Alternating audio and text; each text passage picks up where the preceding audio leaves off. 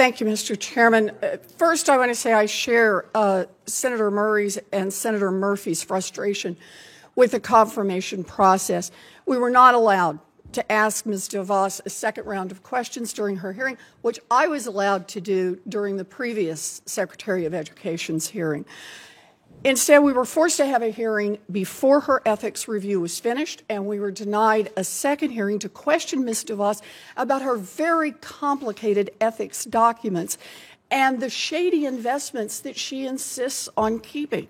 Now, Mrs. DeVos hasn't even completed the committee paperwork, which means she is still hiding critical information from this committee.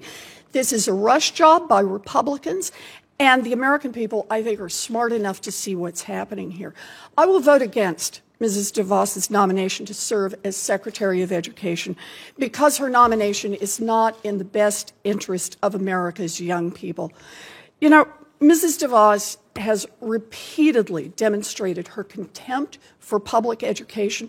Her record on K-12 education has been focused on using her vast fortune to push her own ideology on hardworking families that are just trying to get their kids a decent education in public schools.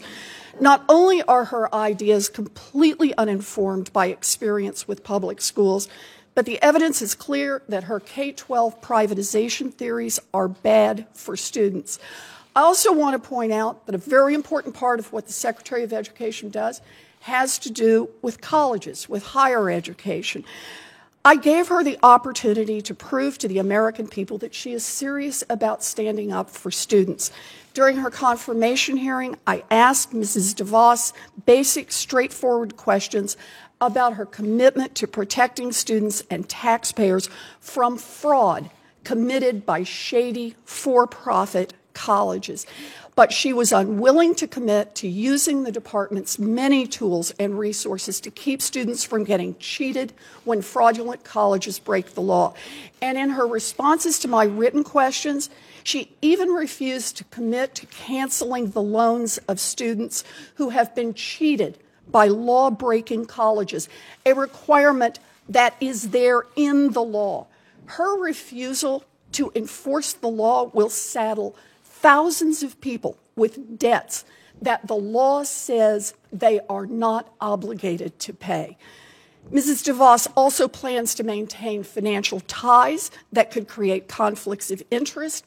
I wrote to Mrs. DeVos last week with several of my Democratic colleagues to raise concerns about her potential conflicts, things that clearly are not resolved by her public ethics agreement.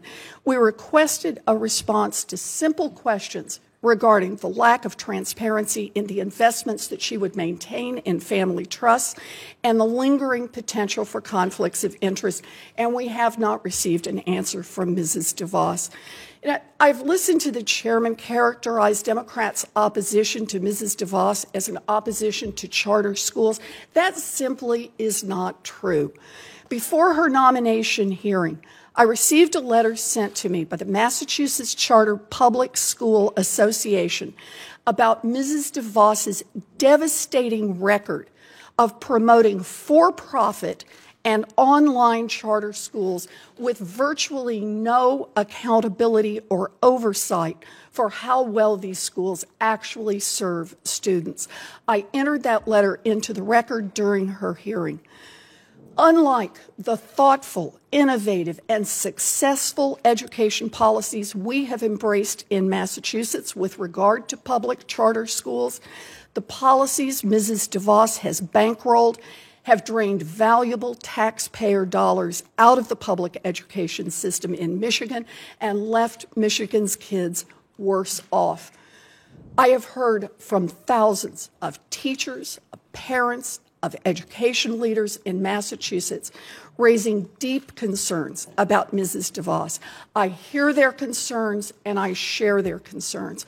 It is hard to imagine a candidate less qualified or more dangerous to be entrusted both with our country's education policy and with the trillion-dollar student loan program.